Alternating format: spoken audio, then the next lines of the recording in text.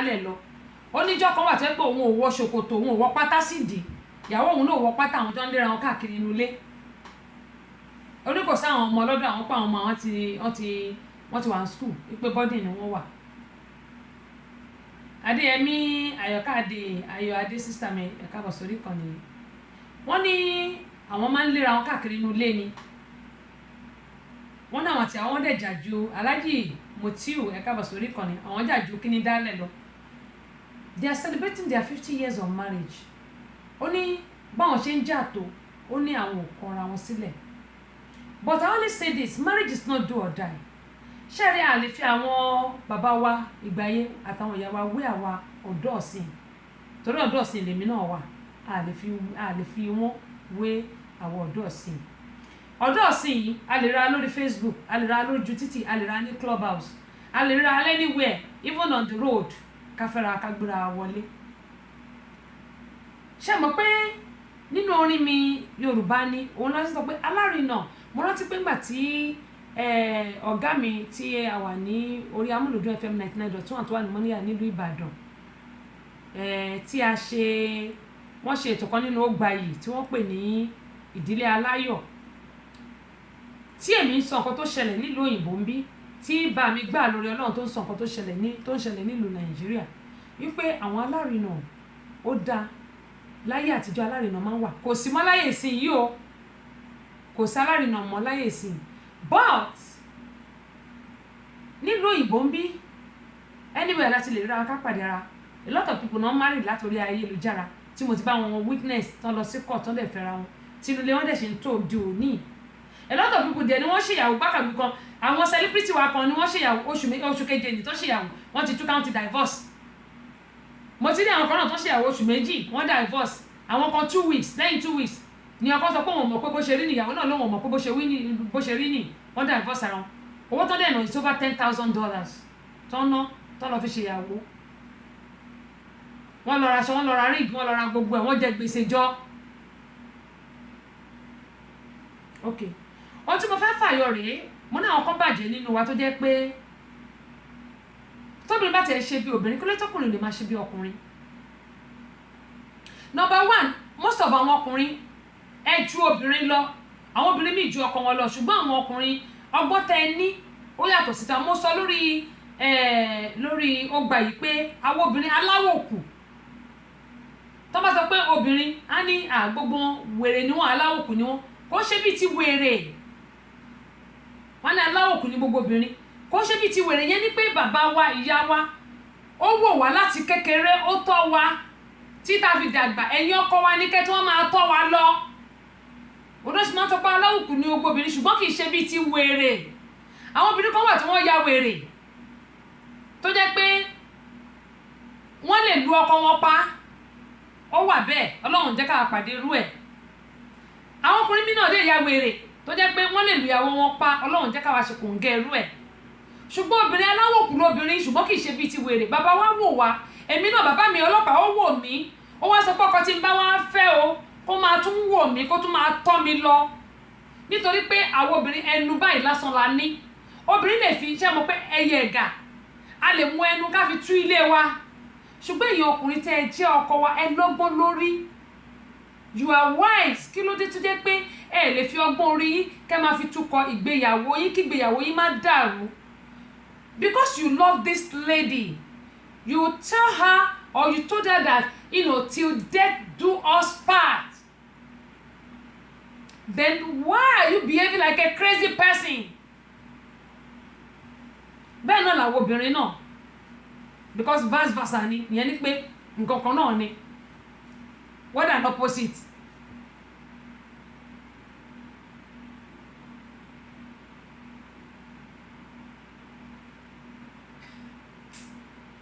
sugar ohun tí mò ń sọ rèé kíní kan ni mo rí recently tẹ́mi ò bá rí mi ò kì í sọ gẹ́gẹ́ mo sọ pé ilẹ̀ tí ò bá ṣojú ẹni ṣú òkú ẹ̀ má ṣòro rìn ṣùgbọ́n ilẹ̀ tí ń bá rí òkú ò lè ṣòro rìn fún èmi. mo máa ń sọ kíní kan pé ẹ má jẹ́ ká gba èṣù láìṣẹ́ rí number 1 àwọn lọ́kọláya tá bá gba third party láàyè ìgbéyàwó yẹn máa dàrú there's nothing you can do about it. When you allow the third party in your marriage, that marriage is ruined already. Mọ̀ bóyá ọ̀rẹ́ ó ti nífẹ̀ẹ́ ìyàwó ẹ̀ tẹ́lẹ̀, ó ti fẹ́ tẹ́lẹ̀, ó ti kọnu sí ìyàwó ẹ̀ ò gbà, wá lọ fẹjọ́ ìyàwó ẹ̀ sùn. Ìyàwó mi ò kì í ṣe dáadáa, á kàn sùn gbalaja báyìí kalẹ̀ náà máa han ọrùn. Wò wọ́n á gba ìyàwó ẹ̀ lọ́wọ́ ẹ̀, ẹni tó ti ń mú tẹ́lẹ̀ pé bí mo dẹ̀ ṣe rí ìyàwó ọ̀rẹ́ mi ó dẹ̀ wù mí, ìyàwó ọ̀rẹ́ mi dẹ̀ wà pa,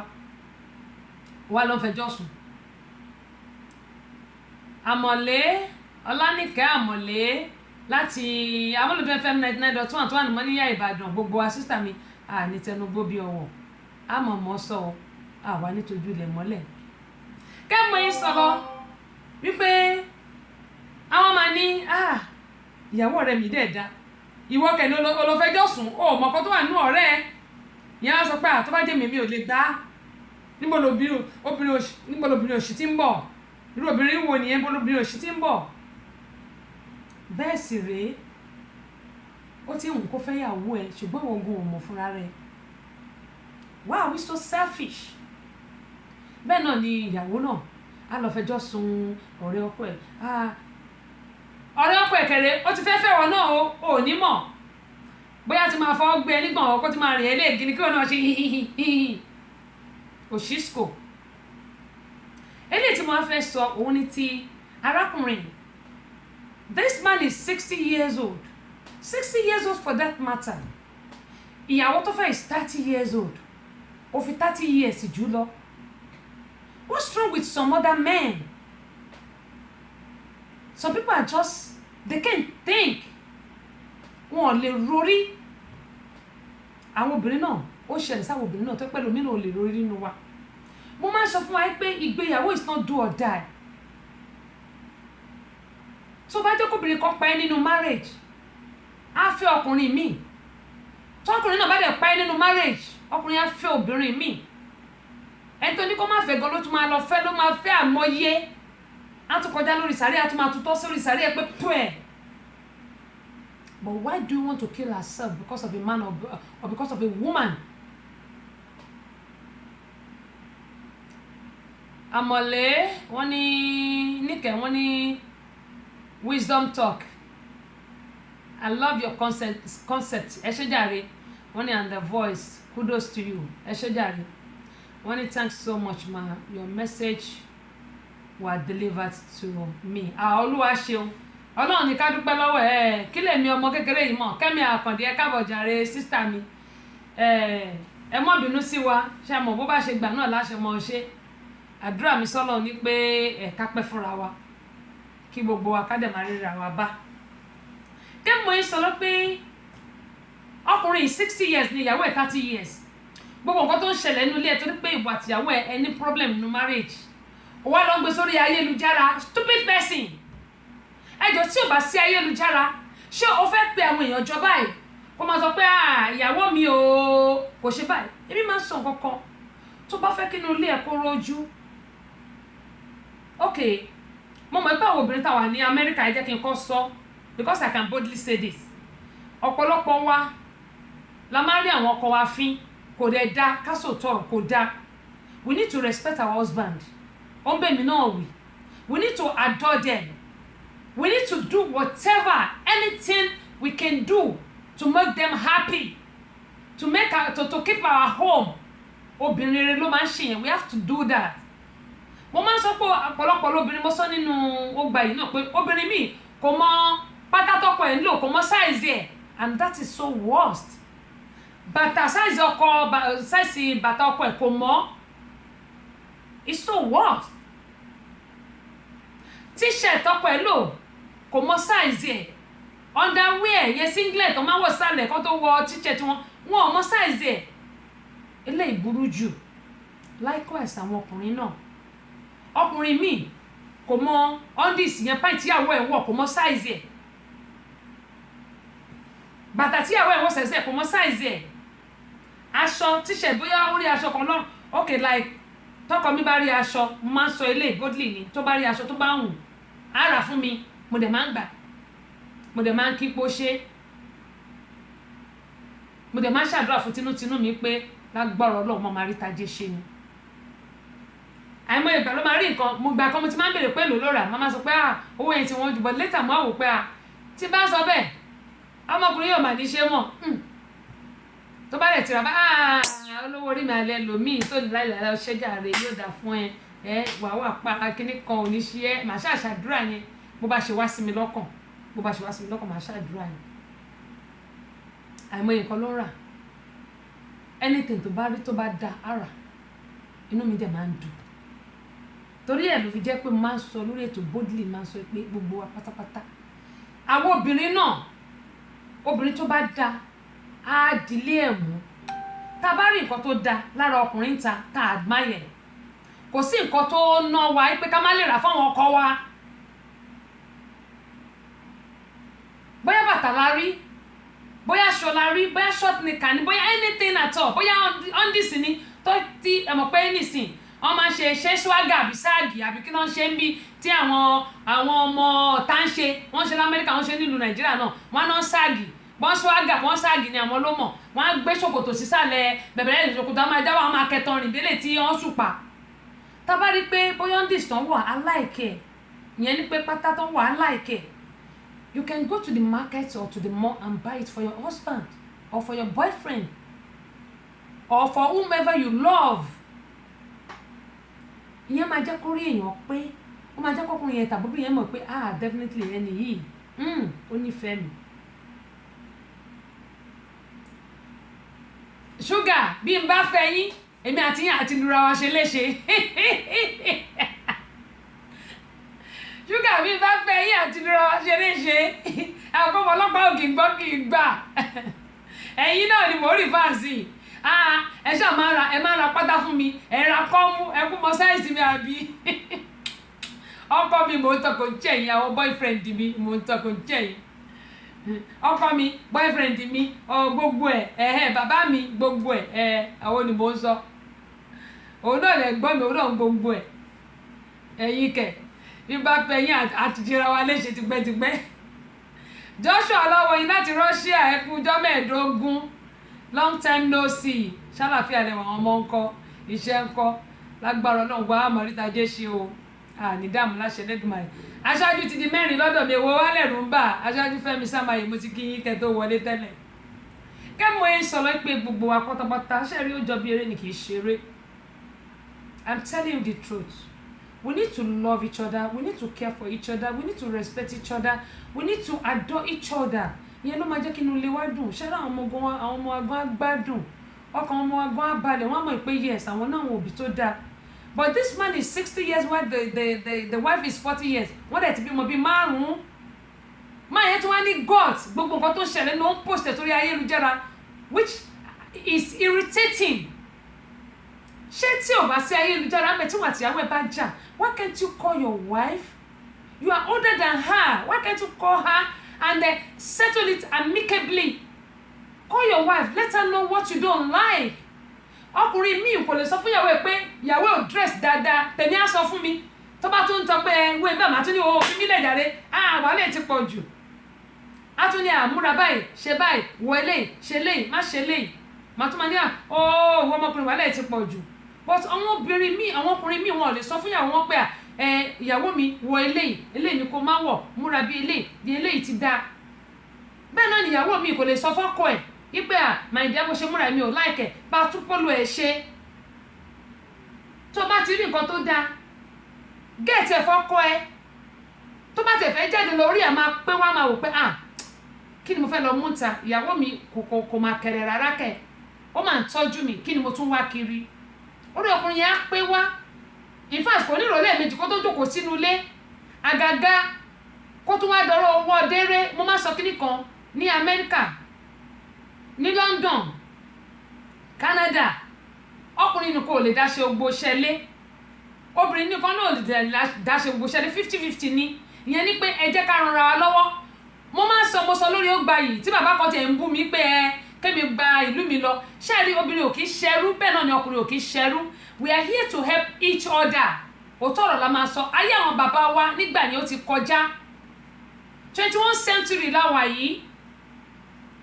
Obìnrin ò kì í ṣe ẹrú bẹ́ẹ̀ náà lọkùnrin ò kì í ṣe ẹrú. Ṣùgbọ́n tá a bá jọ wà tá a bá fẹ́ kínú ilé wa tòrò mo máa ń sọ kíní kan fún àkọ́ tèmi ń ṣe ni mò ń sọ yìí tí ọkọ ẹ bá tíyàwó ẹ̀yin ọkọ tíyàwó yín bá ń ṣe wàhálà nulẹ̀ ṣe rí obìnrin tá a bá bímọ gbogbo bẹ́ẹ̀ ṣe ń jù sí mi ni mò ń rí o mò ń rí bẹ́ẹ̀ ṣe ń jù ni o ṣe rí tá a bá bímọ wàhálà ọmọ tó lọ́tọ̀ tóbìnrin bá kò sí iṣẹ́ ilé láti àárọ̀ I can bet you ẹbẹ̀ lọ́wọ́ màmá wa tóbìnrin bá kò sí iṣẹ́ ilé láti àárọ̀ mo fọlọ́run búra fún yín ẹ wò wákàtí 6 ó lè má tí ì parí ẹ̀ ìyẹn tó bá ti bímọ ni o tí ò bá ṣiṣẹ́ mi pẹ́ pé iṣẹ́ ilé nìkan ló ń ṣe wákàtí 6 ó lè má tí kò lè má jẹun àárọ̀ dípò kó máa jẹ tọ̀sán ká máa sọ pé kóbìnrin yẹn tí wọ́n á ní iṣẹ́ tó ń ṣe ìtọ́jú ọmọ ìtọ́jú ilé ọwọ́ àwọn obìnrin ló wà kékeré kọ́ wàhálà wá dé pọ̀ ó ní mo ṣe ń sọ fún àwọn ọkùnrin pé when you have your own wife you need to take care of your wife. Don't allow the third party in your marriage. I keep on saying it every damn time. People are not trustworthy. Lè gbẹ̀rí àwọn èèyàn jẹ because you don't know what people can do to you. Ṣùgbọ́n ọkọ àtìyàwó ẹni láti ṣèrà yín báyìí lóṣooṣù ọwọ́. Àwọn àtẹnu máa ń jà. Ẹ wo àwọn ìta bá fi ẹran sí tó bá gèjẹ báyìí táwọn wá bá bẹ́jẹ̀. Tá bá tún wá mú ẹran mi tá bá tún fi sí. Àwọn wa ò ní sọ pé torí pé ẹnu wa ti bẹ́jẹ̀ kóun má jẹ ẹran yẹn yóò tún jẹ́ ni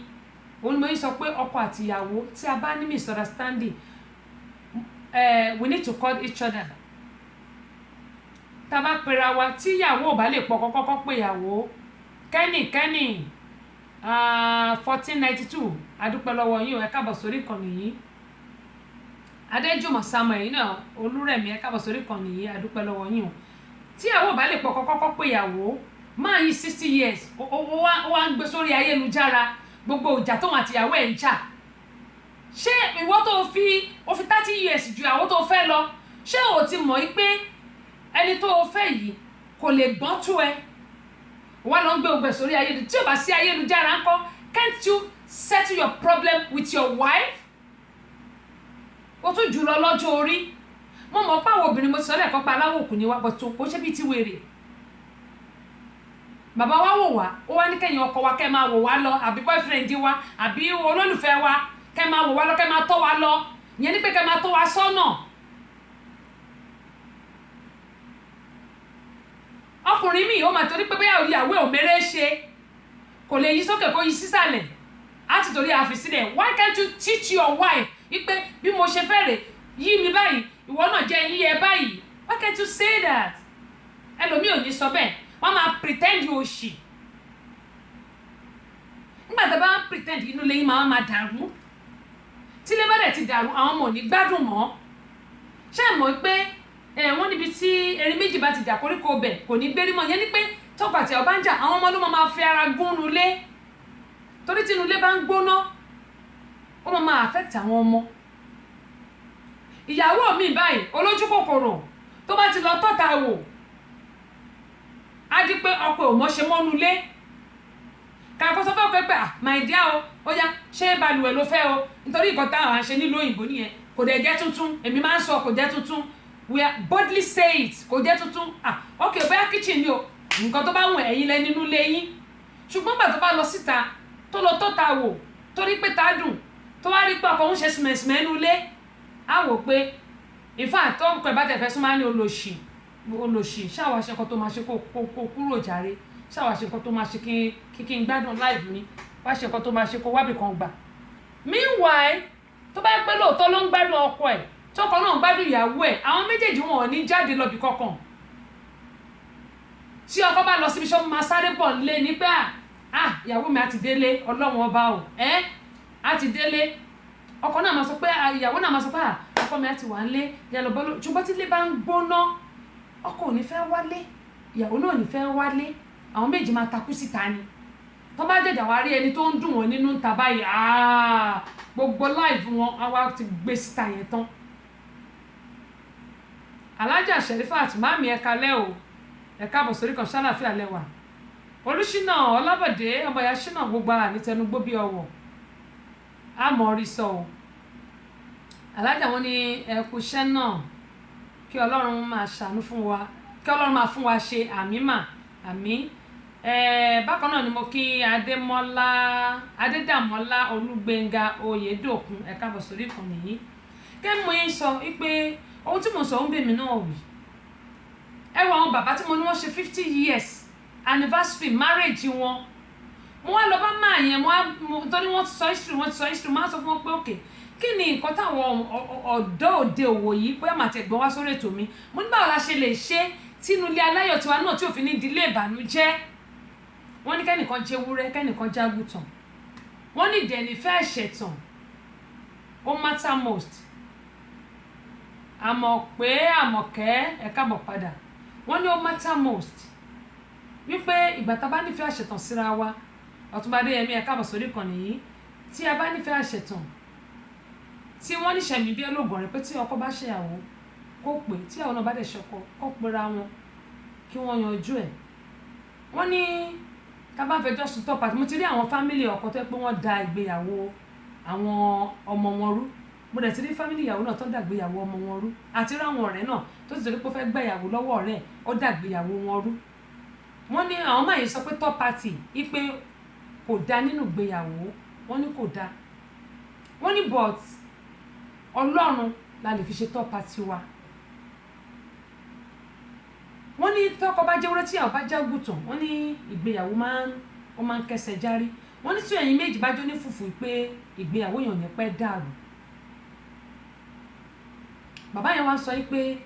tó bá mọ̀ pé oúnjẹ kan ni ọkọ ẹ nífẹ̀ẹ́ sí nǹkan tó ń sọ fún mi nìyẹn o bẹ́ẹ̀ máa gbé wá sórí ètò kán là wá lọ́yẹ̀ gbogbo àwa tá a jẹ́ ọ̀dọ́ langba sí i wọ́n ní tó bá yẹ pé oúnjẹ kan lọ́kọ ẹ nífẹ̀ẹ́ sí wọ́n ní gbìyànjú kó ṣe oúnjẹ yẹn dáadáa wọ́n ní tó bá dẹ̀ pé nǹkan kan ló ń ṣe tí ọkọ ẹ sọ fún yín pé lágbájá mi ò fẹ́ nǹkan tó ń ṣe wọ́n ní jáwọ́ ń bẹ̀ wọ́n tó bá dẹ̀ pé ìyàwó náà ló sọ pé my dear nǹkan tó ń ṣe mi mà nífẹ̀ẹ́ sí wọ́n ní jáwọ́ ń bẹ̀ wọ́n tó bá tún wá jẹ́ pé ìyàwó alájà wọn ní sùúrù àti ìfaradà ló mú tọkọtaya pẹ́ sùúrù àti ìfaradà ẹ ṣé gbogbo àná là ń gbọ́ èmi gan náà ẹ̀tún bèmi náà sọ èmi náà ó ń bèmi náà wò wọ́n tún wá sọ pé nínú ilé àwọn wọ́n ní tíyàwó àwọn bá ti ń bínú wọ́n náà wọn kì í bínú lásìkò gbà yẹn mo dẹ̀ máa sọ pé àwọn obìnrin aláwòkù ṣùgbọ́n kì í ṣe bíi ti wèrè àwọn obìnrin máa ń bínú èmi máa ń bínú o tí bá sọ àwọn èèyàn máa rò pé mo máa ń parọ́ ni ẹlòmíì máa sọ fún mi á ní tẹ́sí ò kì í bínú mo ní ó máa ṣe o the other side of me ni káwọn èèyàn máa rí bàbá mi ni mo dẹ̀ jọ mo dẹ̀ máa ń sọ bàbá mi ni mo jọ bàbá tó bí mi ni mo jọ ṣùgbọ́n inú wùrùwùrù ni tí má ti bínú mi ó ti parí nìyẹn ó ti parí ṣùgbọ́n máa ń wà lọ síwájú fọmọlàkejì tèmi máa ń wà lọ síwájú fọmọlàkejì mi torí èmi náà máa ń gbàdúrà pé kí lọ síwájú bá mi kò sẹ́ni tí ò kí ń bínú àfi tó bá parọ́ tó bá ń pretend ta ni a dá sílé ayé yìí Ọlọ́run ní ṣètò ẹ o àmọ̀pẹ́ àmọ̀kẹ́ ta ni a dá sílé ayé tí ò kí ń bínú àwọn pásítọ̀ gan ń bínú mo ti bá pásítọ̀ àti ìyàwó ẹ̀ parí ìjà rè èmi ọmọ kékeré wọ́n dẹ̀ jù mí lọ lọ́jọ́ orí they are 60 the husband is 66 while the wife is 50 ṣé 57 ìyàwó èmi kíní kékeré mo bá wọn parí ìjà èmi kíní kékeré lórí iṣẹ́ ọ̀rọ̀ ṣònùkù tí mò ń ṣe mi mo bá wọn parí ìjà wọn pastor and pastor mrs so kò sẹ́ni tí ò kí ń bínú wípé lágbájá kan wà kó ń bínú irọ́ ni àwọn kan wà snake under the grass tó pé tí wọ́n bá bínú wá pa ẹ́ lábẹ́lẹ̀ ni irú àwọn yẹn ó wà ṣùgbọ́n àwọn kan wà tó jẹ́ pé tó bá bínú á sọ síta tó bá dẹ̀ ti sán ó ti tán bẹ̀ tó bá mọ̀ pé ìmúra kọlọ́kọ ò fẹ́ arákùnrin tí mo sọ yìí ọ̀dẹ́sìn ni ó pé 60 years wọ́n ní a fool at 40 is a fool forever o láti bí àwọn ẹ ṣe múra kí ló fún ẹ kí ni ò mú ẹ láti lè pèyàwó ẹ pé my dear o bó ṣe múra ẹ I didn't like it mo fẹ́ kó ṣe lè múra bí eléyìí má dára nù ìwọ náà kó ṣe irú àwọn obìnrin tó jẹ́ pé a ti máa dára nù torí pé abímọ kan abímọ méjì àbí torí pé ẹlòmíì ó bá abẹ́yọ kan ṣo ádàbẹ̀ tó ti bí mẹ́wàá ẹ wá lọ wo àwọn màmá wa mọ́mì mi ìyàwó bàbá ọlọ́pàá ó ṣe tó bá ìjọ wo ni ìjọ ọ̀làjọ jáde náà tí wọ́n wọ bra yẹn báyìí èmi ìṣẹ̀lẹ̀ pé èmi ọmọ ẹ̀mọ̀ small sọrí lèmi mọ́mì mi dẹ̀ ní tí wọ́n wọ bra yẹn báyìí iṣẹ́ ló ṣe pọ́npọ́n bà mọ́ níyà mo ní ìjọba lẹ́ ń lọ mo ní ìyẹn lẹ́kọ̀ọ́ gbọ́ ìsókè ń bọ̀ lẹ́ ń lọ ìyá arúgbó nìyẹn ìyá àgbàlagbà nìyẹn ká má wàá sọ àwọn ọmọge ẹlòmíì máa ti bímọ kan báyìí dànù kó ti bí mẹ́jọ gbogbo àti dànù báyìí gbogbo eléyà ti ṣe jáwara kí ló dé àwa gan là ń lé àwọn ọkọ wa síta àwa obìnrin là ń lé àwọn ọkọ wa síta gbọ̀n nǹkan tí màá yẹn kàn ṣe tó dùn mí kò ju pé gbogbo nǹkan tó ń ṣẹlẹ̀ láàrin wa àtìyàwó ẹ̀ ló ń gbé sórí ayélujára which is so bad so worst o tún sọ pé ìyàwó ẹ̀ ò lè yí ẹ kò lè yí ẹ tó bá yí a máa ṣe bí rìndìnrìndìn a máa ṣe why can't you teach your wife pé nǹkan tó fẹ́ rèé ohun tó bá fẹ́ ló máa sọ fún ìyàwó pé my dear bí mo ṣe fẹ́ rèé bó bá ṣe fẹ́ ẹ ló ṣe gbọ́dọ̀ ṣe fún ẹ o ò lè sọ yẹn o wá lọ sórí ayélujára o wá ń complain bẹ́ẹ̀ wípé ẹ bó bá ní kí ìyàwó ẹ yí sọ̀tún kò ní yí ẹ ó kàn dára nù ní kò lè kó dáadáa ìwọ náà ṣe lọ ra kọ́mú fún un kó lọ sí mọ́ kó lọ ra kọ́mú tó máa kó dáadáa bí ìyàwó ò bá lè ṣe do it for her for goodness sake maybe she don't know bóyá àwọn tó ń bá rìn kò lajú bí ò bá dẹ̀ lajú wọ́n tó dẹ̀ mọ́ pọ́ lajú tó jẹ́ spere wà á lọ sí mọ́ kó ṣe wà àmọ́ páwọn òlè ló kó ṣe nítorí àwọn ò ní kò tóbi so àwọn òlè ló kó ṣe kò tóbi normal làwa ń lò wà á lọ rà á fún á dẹ̀ fi kó sókè ìyẹn máa wọ̀n ẹ́ wà á dẹ̀ sọ fún gbà bọ́n short àbí nǹkan kó máa rà kó máa wọ̀ bí ò bá dẹ̀ lè ra lọ rà á fún wọ́n á gbé ogbè òun gbé sórí ayélujára òfin búyàwó ẹ̀ ṣé wọ́n mọ̀ pé wọ́n ní ẹ̀rín ọ̀gbẹ̀rì àbí ẹ̀tẹ́ awọ òun lè rín ọ̀gbẹ̀rì yẹn ni pé bó ṣe sọ pé òun disgrace ìyàwó ẹ̀ you are disgracing yourselves that's what it doesn't know when you disgrace your wife you disgrace yourself when you disgrace your husband you disgrace yourself too bóbìnrin bá disgrace ara ẹ̀ ọkọ ẹ̀ o disgrace ara ẹ̀ tó bá dẹ̀ ní o disgrace ìyàwó ẹ̀ ara ẹ̀ ló ń disgrace ìyẹn pé ara ẹ̀ ló ń bàjẹ́ kò ṣe ìyàwó ẹ̀ nítorí pé wọ́n á bú ìyàwó ẹ̀ tó tún bú náà kí ló dé kí ló ṣe wá marriage àti sọ marriage dá nǹkan míì ní ìsìn àti sọ marriage dá nǹkan míì Sugar wọ́n ní it will be very difficult for 70 years man to change not to talk of a man of 60 years old of age God bless Nigeria God bless Nigeria lóòótọ́ ṣùgbọ́n ẹ̀gbọ́n mi ohun tẹ̀mí sọ ni pé tí nǹkan bá ṣe láàrin wa àtìyàwó ẹ̀ don't put it on the Facebook for goodness sake ṣé tí ayélujára ò bá tí ì sí tí WhatsApp ò bá tí ì sí why can't you settle your problem in your matrimonial home that's what I'm talking about kó ṣe pé ó máa gbé sórí ayélujára ohun tó ń ṣe o rò pé fin disgrace ìyàwó ẹ̀ but you are disgracing yourself too for goodness sake why can't we think kí mo gbá tẹ ẹ̀rọ orí gbà tábà ní ìyàwó wa là ń disgrace àwa náà ń kọ́ ṣé bọ́ àwa lọ́kọ́ ó máa affect wa now àwọn èèyàn wọ́n máa náà fi ìyàwó ẹ̀ rẹ́rìn wọ́n máa fọ́ náà rẹ́rìn ni wọ́n ní after all ṣèbí wọ́n ló gbé sílé tó bá dẹ̀ ń disgrace àkọ́ ní after all òṣì ṣèbílẹ̀ ẹ̀ ló wà o fẹ́ ìyàwó 30 years ló dára nù o ra kọ́mú fún oní gbogbo kọ́mú tó ń lò gbogbo ẹ̀ ṣe jáwara kí ló tí wọn náà lọ ra kọ́mú fún àbí orí gbòkè orí aṣọ kan lára àwọn obìnrin kan tó ń wẹ̀ why can't you buy it for your wife o wá bẹ̀rẹ̀ sí bú lórí ayélujára kí ni ẹ in fact ó piss me off ò búyàwó ẹ lórí ayélujára bẹ́ẹ̀ náà lobìnrin mi á gbọ́ pẹ̀ sórí á máa bú ọkọ ẹ lórí ayélujára ọkùnrin òṣì ni kò ṣe gbá kan kò ṣe gíní kan á sọ gbogbo ẹ̀ síbẹ̀ kò mọ̀yàn gbé sókè kò mọ̀yàn gbé síta tí ò bá mọ̀ ṣe wó o ṣe kọ́ instead tàfi ń disgrace ara lórí ayélujára táyé ayélujára ò bá dé ṣé àní tó lé wa ní for goodness sake ṣé àní tó lé wa ní. Ó mà ṣe o àwọn bàbá wa mà káre láyé o láyé àtijọ́ gbogbo nǹkan tá à ń sọ yìí kò ṣẹlẹ̀ rí but nowadays oríṣiríṣi ló ń ṣẹlẹ̀ ṣèyí àdè kọ́lọ́run ṣàánú fún wa ọlọ́run ti ṣàánú wa káàgọ́ ṣàánú ara wa wọn ni mo ń sọ tó bá rí pé bóyá ìyàwó ẹ bóyá o fẹ́ kó slim ni help her tó bá dẹ̀ fẹ́ kó sanra bí irú èmi báyìí tí bóyá ọkọ mi fẹ́ kí n sanra màá ní kó mú mi lọ sọ́dọ̀ organizer kọ́ fẹ́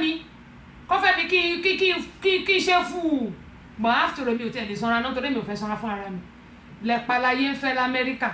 lẹ́pa ni èmi ò tẹ̀ fẹ́ sanra náà bí mo ṣe wà ti dá ṣé ẹ mọ̀ we need to help each other ẹ jọ̀ọ́ torí Ọlọ́run gbogbo àwa lọ́kọ láya mo bẹ̀ wá ní ẹ jẹ́ ká ran ara wa lọ́wọ́ tóbi àwọn obìnrin tá bá dẹ̀ ti bímọ ẹ má jẹ́ ká dára nù ìgbà yẹn gangan ni ká ṣe máa sọ fún wọn pé àwọn ń tàn ká máa sọ fún àwọn ọkùnrin wa pé àwọn ń tàn orí tá a fi tí àwọn màmá fi ṣèwọ́ṣọ nígbà tí ìyàwó bàbá ọlọ́pàá tó múra báyìí tó kó gbogbo ẹ̀ ṣe ló ṣe báyìí mo ti sọ fún sista Joy lánàá pé bàbá ọlọ́pàá ò ní bínú o ṣùgbọ́n tó bá rí àyọ̀ǹgàn tó lè sanwó màmá kó máa bọ̀. Royal Eagle ẹ káàbọ̀ sórí ìkànnì yìí wọ́n ní are you saying what those wrong women did is right? ẹ má quote mi o Royal Eagle nǹkan tí mò ń sọ ẹ má quote mi mo fẹ́ kí ẹ gbọ́ mi dáadáa ṣàrí tí ọ̀rọ̀ mi ò bá yé yín ẹ béèrè mi ò mọ̀ bóyá ẹ bá mi bẹ̀rẹ̀ láti ìgbà tí mo ti bẹ̀rẹ̀ sí sọ̀rọ̀ yẹn èwo lẹ ń béèrè nígbà tí ẹ sọ pé are you saying what those women you said are you saying what those wrong women did is right kí ni nǹkan tí ẹ rò pé mo sọ nítorí pé ṣọ̀tẹ̀ ẹ béèrè yẹn kò yé èmi tó. orí pé Joshua ó yóò dáa fún yín tí ó pọ̀ ẹ wò lágbára Ọlọ́run ẹ̀ ní dààmú ní Russia tẹwà yẹn wọn ò ní gbé yín sí wọn ọ̀dẹ̀ ní gbókùn yín lọ́lù Nàìjíríà yóò dáa fún yín ṣáà pé ẹ̀yin farabalẹ̀ ẹ gbọ́ mi dáadáa ẹni tí ò bá understand nǹkan tí mò ń sọ mo fẹ́ kí ẹ gbọ́ mi ẹ̀yin tó jẹ́ pé ẹ gbọ́ mi láti bẹ̀rẹ̀ mi ò bá yín wí o ẹ padà lọ sórí fídíò ẹ̀ tí bá ṣe tán ẹ lè lọ tún gbọ́ ẹ̀yin tó lè mọ̀ sọ pé kẹ́ ẹ share kẹ́ wá jókòó tí kẹ́ ẹ gbọ́ dáadáa ẹ̀rí nǹkan tí mò ń sọ yìí ó ń bá èmi náà tí mò ń sọ̀rọ̀ yìí ó ń bá mi wí ẹ̀rí pé kò dẹ̀ sígbà tí mò ń sọ̀rọ̀ tí mi sọ pé ó ń bá èmi náà wù torí tí n bá ṣe tán èmi náà lọ jókòó èmi náà wá tún gbọ́ gbogbo nǹkan tí mò ń sọ màá tún gbọ́ màá lókè eléyìí ó ń bá èmi náà wù jẹ́ kí èmi náà mú. gẹ́gẹ́ sọ mo ní aláwọ̀ òkú ní gbogbo obìnrin ṣùgbọ́n kì í ṣe bíi ti wèrè ìyẹn ni pé bàbá wa àti ìyá wa tọ́ wa wọ́n wá fà wá lẹ́yìn ọkùnrin lọ́wọ́ pé ìwọ ló ń fẹ́ nísìnyí ìwọ ló ń mú lọ máa bá mi tọ́ sọ́nà wọn ní ká ẹ̀nà wa tọ́ sọ́nà ni wọ́n sọ pé tó bá kù díẹ̀ káàtó tá bá fẹ́ ṣe mistake wàá sọ pé ọ̀nà rẹ̀ ìgbẹ́rẹ̀ ẹ̀tọ́ ẹ̀yin ọkùnrin ni láti help ìyàwó yín ẹ̀tọ́ obìnrin ni láti help àwọn ọkọ wa that's what I'm saying. ó dáa Joshua wọ́n ní it seems the man just want to get rid of her one way or the other orí yín pé nǹkan tí mò ń sọ ti yí ẹ̀yin then Sugar wọ́n ní who is the man kóòtù ti London you rest yẹ kẹ́ arrest your case náà ni ṣé kóòtù ti London America ni man tí mò ń sọ yìí wà kò síbi tí wọ́n ti ṣe Canada America London gbogbo bí wọ́n ti ṣe lè tí mò ń sọ yìí ọ̀pọ̀lọpọ̀ àwọn ọkùnrin náà máa ń jókòó sórí ayélujára bẹ́ẹ̀ náà ọ̀pọ̀lọpọ̀ obìnrin náà máa ń jókòó sórí ayélujára náà máa bọkàn wọn jẹ́. When you have a problem in your home, you need to call each other. Call each other, settle it. Tí o bá wá sí fẹ́